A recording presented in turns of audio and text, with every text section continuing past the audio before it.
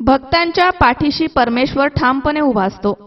त्यांच्या वरदानाला पात्र असलेली मुरबाड तालुक्यातील आसोसे येथील 110 वयवर्ष असणारी वृद्ध महिला वारकरी संप्रदायामध्ये ज्ञानाचा दिवा घरोघरी लावा असे संदेश देऊन टाकी पठार मठाचे गुरु रिद्धिसिद्धी महात्मे रिद्धिनाथ बाबा गुरु फुलनाथ बाबा यांची पूजा त्या आजही करतायत।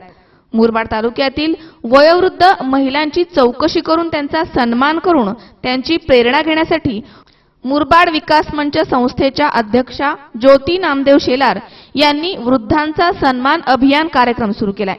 त्यामध्ये मुरबाड तालुक्यातील आसोसे गावातील 110 वर्षांच्या वृद्ध महिला तुळसाबाई जैतू शेलार यांचा सत्कार करून त्यांच्या प्रेरणा जाणून घेतल्यात।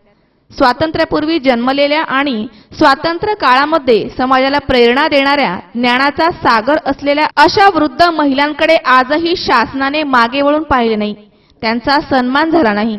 त्यांना वृद्धापकालामध्ये शासनाच्या योजनांचा लाभही दिला गेला नाही, परंतु स्वाभिमानी जिद्दी आणि भक्तिभावाच्या प्रेरणा देणाऱ्या महिला आजही आपल्या समोर आहेत। अशीच तुळजाबाई जैतू शेलार 110 वर्षांची महिला।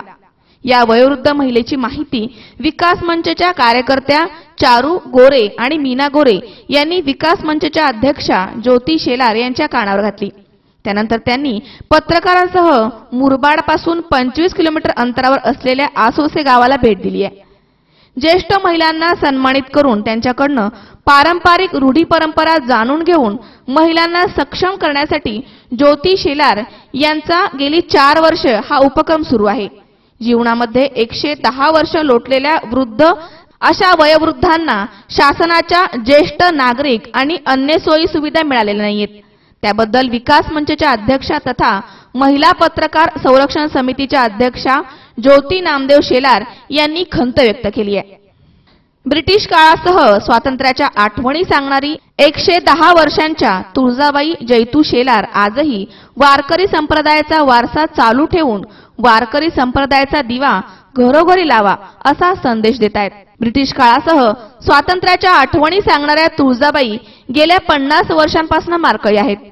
अशा वयोवृद्धांना शासनाच्या योजनांचा लाभ मिळावा एवढीच अपेक्षा आहे। वृत्तसंकलन विभाग सी 24 तास मुरबाड।